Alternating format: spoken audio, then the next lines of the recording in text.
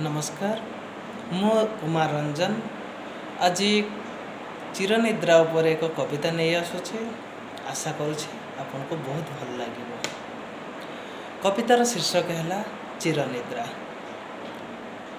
जन्म जेउठी मरण सेठी, कर्म जेउठी धर्म सेठी, सुख जेउठी दुख सेठी, सेठी भाग्यर डोरे किए अबा ए सरल रेखारो जीव अबा अपसरे।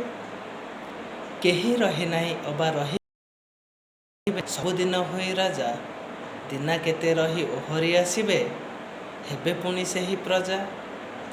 जो शासन रे प्रजा पालुथिले देखाई गंभीर छाती, काहीं गला आज सेही समय नेलु तु चिर समाधि।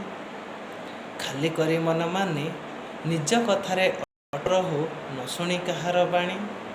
साही सहुदर समस्ते तोहर भूलिलु एकथा मान, समस्तक ठारु संपर्क हराई हेलु काहीं हिनी मान।